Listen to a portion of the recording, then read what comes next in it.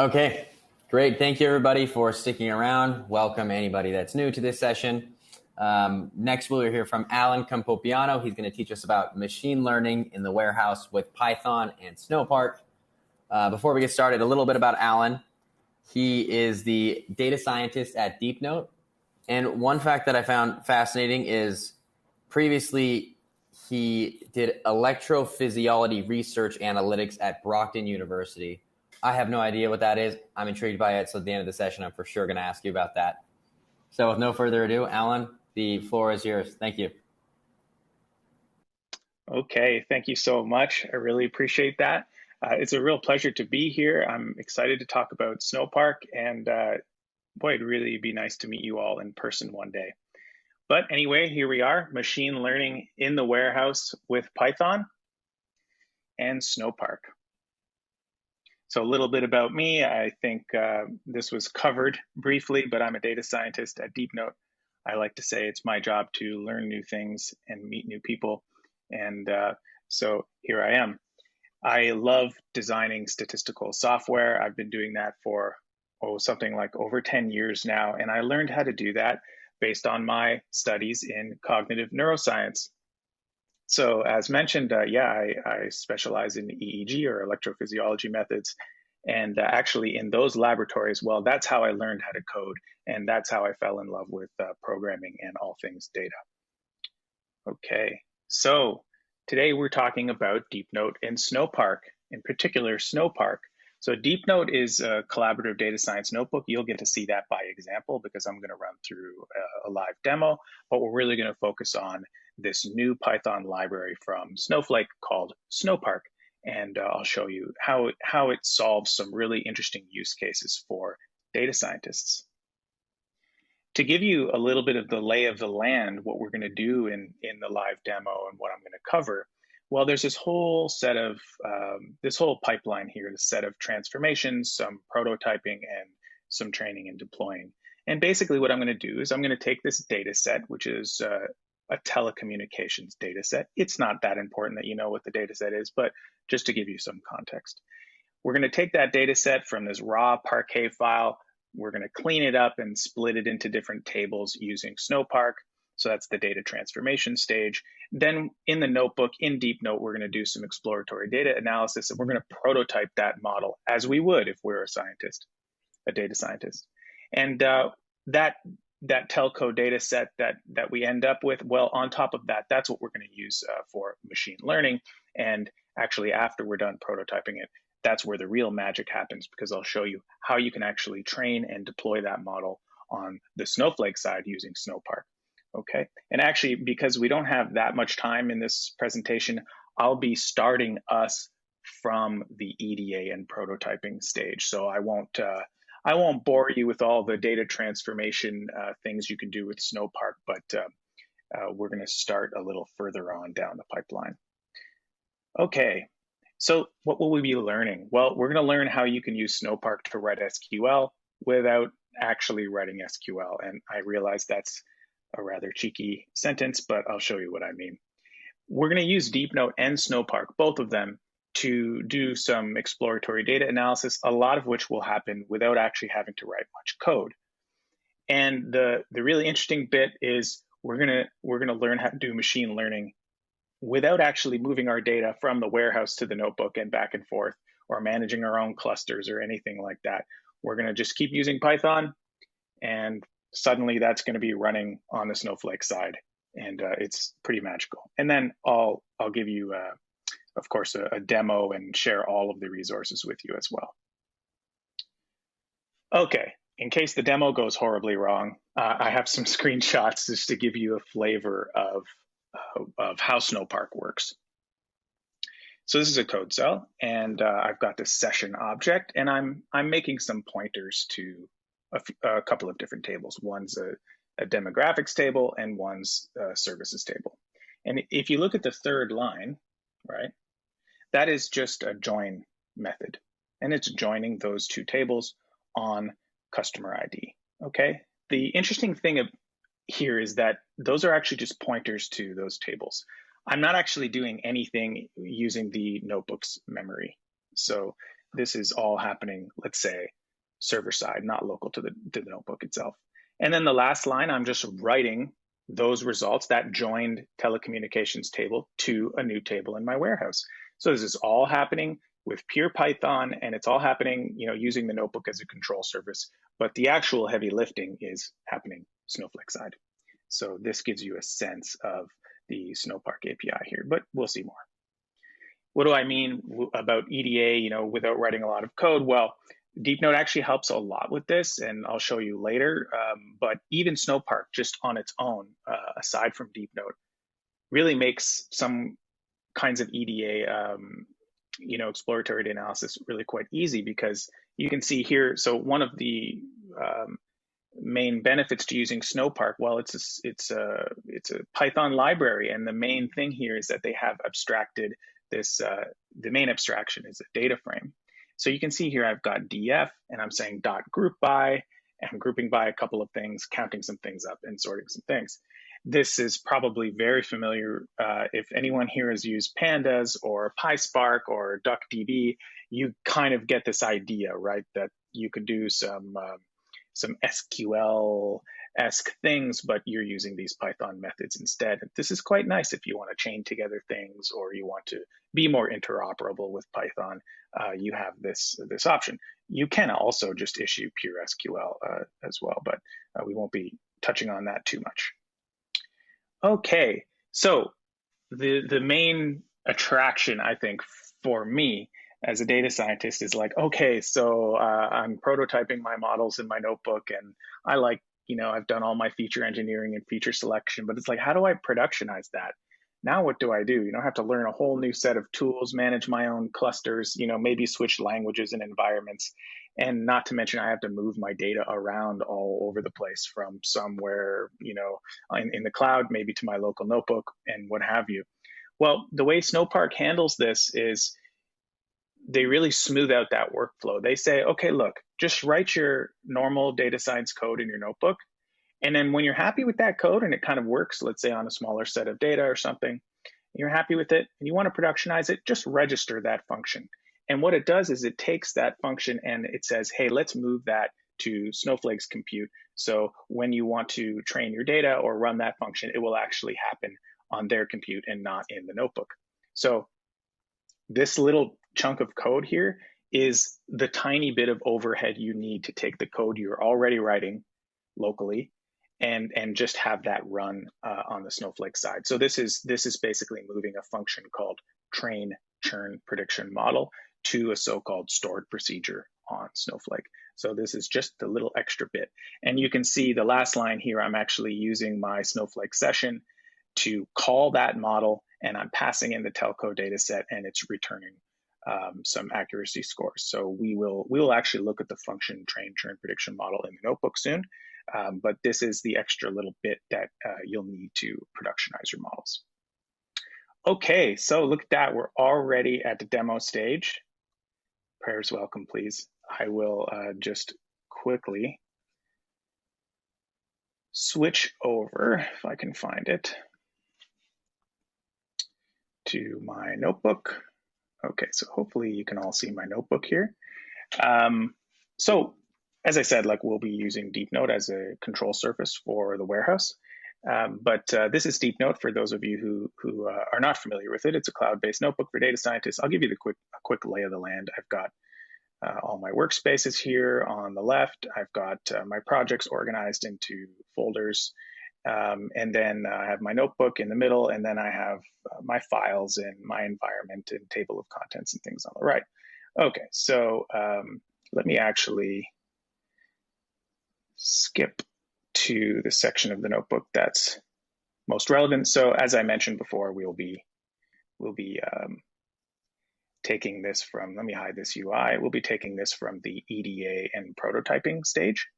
So I will take us there. I'll skip past all of the data transformation that's happening using Snowpark, but I would say Snowpark does a lot of things, and I just want to show you the stuff that I think is the most fun. So here's that code I showed you before where I'm just joining a table. And finally, we get down to the EDA and prototyping. Okay, So let's see what we can learn here. So as I mentioned before, here's a nice little pandas-like group by that I'm doing using Snowpark, and here's the data frame. So in this case, I'm looking at churn, whether someone churned or not in this telecommunications data set, and I'm grouping it by month-to-month contract, 1-year contract, and so on and so forth, and counting some things up. Interestingly, you can imagine, of course, that even though there's this sort of data frame abstraction, it's really just SQL happening behind the scenes. And if you call the .explain method on one of those objects, you'll actually get the SQL that's happening behind the scenes. And that's really nice because you're not actually like flying blind completely. And you actually get the whole execution plan if you're interested in it. So you would also be able to see this execution plan in Snowsight, which is Snowflake's UI, but you can also see it using Snowpark. So that's nice. As I mentioned, it's really nice to be able to do the requisite EDA in Deepnote, and Deepnote and Snowpark work particularly well together. So here, I just want to walk you through some of the ways you can explore your data really quickly, and then we'll get to the machine learning stuff. So here I'm taking a sample, 20,000 random rows from this telco data set. And remember, that's the data set that we're passing to our data scientists, let's say. I guess that's me in this case. And I'm displaying that data. And you can see already in the rich data frame output, I've got like histograms. I can see the ratios of different categories in my data. I can filter, I can sort, all of the things that you really would expect to do on a data set. And you can do all of that obviously without writing any code. So this is pretty nice.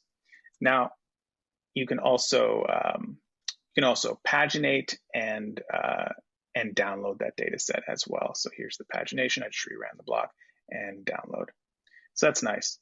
You want to explore your data visually. You can also do that using no-code charts, basically. So this is really nice, especially for those who either want to explore data very quickly or those less technical folks who are just getting into this kind of thing.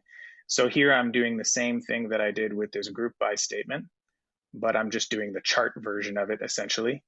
And you can see I'm grouping by contract and churn value. Looks like if you do end up churning, it's more likely you're on a month-to-month contract.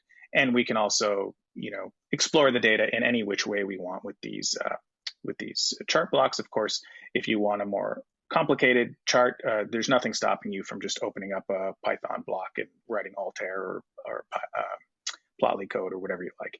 So here I'm looking at tenure and how churn changes based on the length of tenure. So it looks like people who are around between 0 and 10 months, those are the people who end up churning, and that value actually decreases as tenure increases. Okay, so, but again, that's covering this use case of sort of keeping the barrier quite low. But again, there's nothing stopping you from just running pure SQL. So here I've got an SQL block, and I'm executing some statements against my warehouse. Again, just looking at binned data. This is a reflection of this chart that I just showed you. And you can even interoperably, you can even pass in Python variables into your SQL statements, which makes it like a little bit more of it makes it like a function basically, where you can define some parameters and run this SQL block and very easily change, which column you're binning and, which column you're calculating percentages on. So this just generalizes this into a bit of a function. And then we're also able to set up some nice little widgets and things if you want to, again, make this more of a UI driven exploration of data. So this is very easy to do. And so, you would continue exploring the data as you see fit with Python, with anything you want. And you can do that with as much data as your notebook will allow you to bring into its environment. Okay, so now we get to the point where we're going to do some training. Now, as a data scientist, you kind of just want to keep using Python more than likely. And here I have a function, And this function is really nothing more really than a whole bunch of sklearn code. I'm splitting up some columns based on data types so that I can pre-process them differently. I'm splitting my data. I've got a column transformer here. I've got a classifier. I've got a pipeline. I've got a grid search, and I'm fitting a model. Okay. Then there's some extra little bits and bobs here that really are just saving this model object so that our warehouse can access it. And of course, that's going to be necessary if we want to do all this training, server side, let's say on Snowflake side. So other than like this little chunk of code, the rest of this is, ideally it's the code that you already are writing as a data scientist, right? Okay. So I'm going to do something here. I'm actually going to train this model on 100,000 rows right now. And this is going to take a minute or a couple of minutes. This is actually happening local to the notebook. So this is something that I would say is like, you could think of this as like the prototyping stage, like, hey, I've got my model. Let's see how it works. I've done all my EDA. Let's just train a bit of it. In this case, I'm training all of it in the notebook. And then once we're kind of happy with this and, we're seeing the kind of accuracy we'd like, then we will shift this function, this exact function, so that it's running on Snowflake's compute. And you can see my CPU is moving up and down as it needs. So this is definitely happening like in the notebook's environment. And because this is going to take a minute or so to run, I really wanted to do this for real, right? We can also do a quick review, and maybe I can even look at some questions in the chat. So by the way, if you have any questions, and I might even have some questions for you, drop them in the chat, and after this short review, I'll flip over to the chat and see if I can answer some of your questions. So basically what we learned so far is that you can take Snowpark and use it to transform the data in your warehouse. Okay, you can use it to clean your data, to rename things, to remove nulls, all of those sorts of things. Okay, but then, all of these operations, even though you're controlling them from the notebook, actually happen in Snowflake's compute. So this is really nice. Now, in Deepnote, we can do a lot of the visualization and EDA and prototyping, no problem. Much of that can happen without any code, but of course, it's a full Python environment, so it's nothing stopping you from using SQL or Python. And then, we want to take that machine learning and really productionize it, and we can use Snowpark for this. So that's where we're at. We're at the prototyping stage, and let's see how our model is doing. Actually, I think it actually is ready. But don't worry, I'm going to run it on the Snowflake side too. So if there are any questions, I'll still have a moment to answer those. But here we go. So it ran, I've got my accuracy. So now as a data scientist, I'm like, okay, great. Now let's make this available, in the warehouse. And as I mentioned before, the only little bit of overhead you need to add here is just this little chunk to so-called register that function that I just ran, register that function as a stored procedure in Snowflake. Okay, so let's do that. So again, here's the function itself, train churn prediction model, and that's this function here. That's my sklearn function. Okay, so let's just wait for that to register. Okay, great. And now I'll basically do the same thing. I'll take that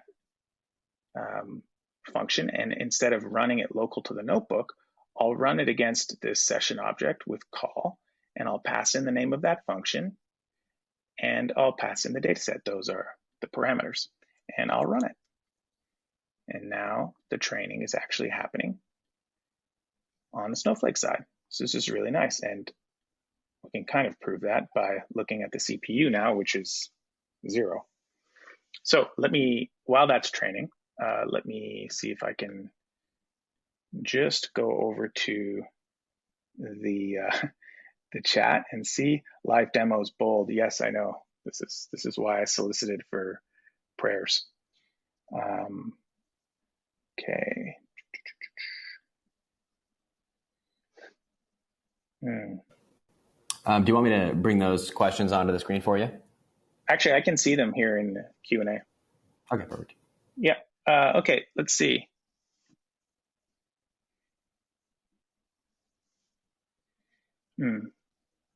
Okay, well, I'm just looking at Josh's question. Are there small projects that you would recommend? Yeah. Getting started with Python plus ML for actionable insights. Well, I mean, any of the classic, like the Penguins data set or something for classification would be nice. I really like using this library called Vega datasets, which has like a ton of different datasets, and if you explore those datasets, they're really great for doing regression models or classification models. So I would start with just a small data set and probably sklearn. Honestly, if you learn sklearn really well, it's quite powerful, and then you can expand out from there depending on the actual the actual domain you're looking to get into. But actionable insights, well, it depends. If it's actionable insights, just depends on what it is that you're trying to accomplish. But I would start by learning the basics with sklearn. There's so many machine learning libraries out there now, like MLflow for tracking all of your parameters and things. You can use Snowpark a little bit for that too, which we'll touch on. But yeah, feel free to follow up on that, Josh, and I can be more specific. Okay, so I think it's actually done. So let's go back. So there you go. So isn't that cool? Like, I had this function, I prototyped it in the notebook, and it was like, okay, I'm just like working in a notebook. And then all of a sudden, with just like a little registration of this function, now all of a sudden that training is happening in the warehouse. I think that's pretty cool. So let me just hide this UI for a sec. I want to just briefly touch on one related aspect, which is, okay, so we train this model, we're returning some accuracy, but we need to be able to make predictions on new data, right? There's potentially new data coming into the warehouse. So how do we do that? We can use a UDF, and a UDF stands for user-defined function. And the way you can think of what a UDF is, and in a way how it differs from a stored procedure, well, a UDF is a scalar function. It's going to run a function for every row that you select. So, for example, suppose we have 5 new rows, right? And we want to return predictions based on our model from those rows. Well, I'm just going to want to call this predict method on the model. And what I can do is take this function and register it as a UDF. And it's called predict churn, and I can pass the libraries I need to run, sort of Snowflake side, so I have the same environment that I do locally. And you can kind of ignore all of this stuff. It's just loading in the model that we saved on the stage in Snowflake's environment. But this is the real bit. We're just building like a single row data frame and passing that just like we would locally to the predict method. Only difference is we're actually calling that UDF now. We're taking a new sample of data. Let's say this is new observations in our data set, right? This actually happens to not be new, but let's just pretend for the sake of example that this is a new set of five new customers. We want to examine if they're going to churn or not.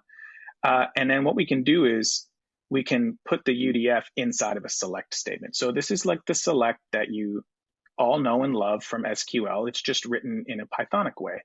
So we have our new 5 rows of data here. We have a select statement. I'm selecting customer ID column because I want to know who the customer is. And I'm expanding some of the actual columns here. Just these are the features I'm interested in. And then I have this third thing, which is this call to this UDF, this function. And what does this function do? It does nothing more really than call the predict method.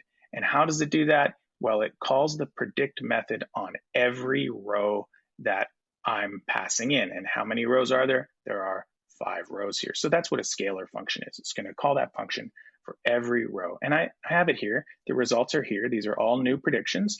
And you can see I've aliased the result of predict churn to this column predicted churn. And you can see here now for every row that I passed in, I got a prediction. So for every row, it actually on the so-called server side on Snowflake's environment, it called the predict method. So that's what a scalar function is, and you can see how this is quite useful. You could set up a scheduled notebook to look at new records and call this UDF, so you get your predictions on the new customers in your database. Or you could, rig up some nice little widgets or UI app-like things and drive a front end that calls this UDF as well. Okay, so those are some nice use cases. Of course, there's nothing stopping you also from writing those new predictions to a new table in your warehouse. It's just so easy with Snowpark. Just call the right method and you're off to the races. Of course, remember too that inside of these functions, you can pretty much do whatever you want. You can track your hyperparameters, save them to a new table. You can really get creative with it. But this is a really nice workflow for some data science use cases. Okay, so I'm going to just quickly take us through some conclusions, okay? Thanks for the prayers. Okay, so with Snowpark, you don't really need a mismatch of different tools for machine learning. You can just keep using the Python you're already using, and with a few little bits and bobs, you can have those things running on the Snowflake side, okay, for productionizing your hard work. Now, if you combine that with Deepnote, you have this very exploratory, beautiful interface where you can collaborate, and you can even use that to start driving some of these predictions or serving some of these predictions up either as a scheduled notebook process or some sort of front-end UI, that kind of thing. So it's really a nice connection between these two products. Okay, so quick call to action, check out the Snowpark docs. They're full of interesting examples, especially for stored procedures and UDFs, which is where it gets a bit complicated. Much of the sort of all the cool things that happen in this presentation are really inspired by Dash Desai. Sorry if I'm butchering your name there, Dash. Dash is this incredible developer advocate at Snowflake. So check out his GitHub repo there. You'll see a lot of amazing presentations, and of course, check out Deepnote. If come and check it out. See how we're building like this beautiful, simple, but also very powerful notebook. Okay, and if you want to read up a little bit more on Snowpark and get connected to a lot of the resources I've shared here, including a notebook, and you want to get in contact with me, just point your camera at this QR code. And I think that about does it. Thank you very much. And I'll take some questions, and I'll just put it back to the QR code so people can find resources there. Perfect. We have a few questions coming in. Another one from Josh Gallant. There that is. We get questions about how effective our spend is, and we have been able to track and break it down by geography, but I am at a loss of what else we can do with ML. Well, it sounds like a regression model if you're trying to predict a continuous variable. It sounds like you could use some statistics. So I would start by looking at if that's the output. If you're not trying to classify something per se, but you're trying to predict some continuous variable, you'll want to look at classification models that'll let you do that. By the way, if you want to get connected to resources and dig a little bit deeper into your use case, you can, if you point your camera at that, you can always contact me, and we can talk about some things, and I can point you to some resources. So Parker, do you mind if I just read these questions out, Parker? Is that okay? Yeah, absolutely. It's actually from you, so it makes sense that I read it. So do you use this model for new customers? Yeah, that's exactly what you would do. You would train the data on, you would train the model on the data that you already have, for which there are labels, which is like your historical data. And then as new data come in, then you would just write your Python accordingly to say like, oh, hey, like since last week, I have 5 new records. Let's call the UDF on those 5 records, just like I showed. And then you could save those predictions to a new warehouse or just display them in the notebook, and your team can, center around the notebook to actually see that deliverable. Awesome. And on that, I'm curious, so you've been doing this for years. How long do you wait for to add a new customer to this model and to really analyze it? Because you wouldn't want to do it after a week while they're onboarding. Do you wait 3 months to test something like this? That's a good question. To estimate churn. Yeah, I mean, this is just sample data. So this is not. I don't really work with customer data like this usually, but that's really a decision about your operational definitions. How long before I'm going to get value out of this, and typically, you have to set those thresholds, somewhat arbitrarily, maybe I'm going to wait 4 weeks or something, especially if you're looking at something like retention or something. You might say, well, are we retaining them after 4 weeks, let's say? So you have to set those are just operational definitions. I don't know what the best practices are for how long you should wait before you examine whether or not someone's going to churn, but it really depends on the data set. If the features that drive an accurate model are actually accessible at the outset, after a week or after they sign up once, if those features that you can get are actually driving the model, then I don't actually see any reason why you shouldn't look at them as soon as you have the requisite features. Amazing. So Allan, thank you so much. That was really an awesome talk. I'm excited to review that again. And this will be recorded. So if you guys missed something or want to learn everything that you talked about better, you'll get the recording in a week or so. And next up, in a couple minutes, we will hear from Suela Isa. She will talk to us about end-to-end data flow. So stick around for that. Allan, thank you so much. My pleasure. Thank you so much.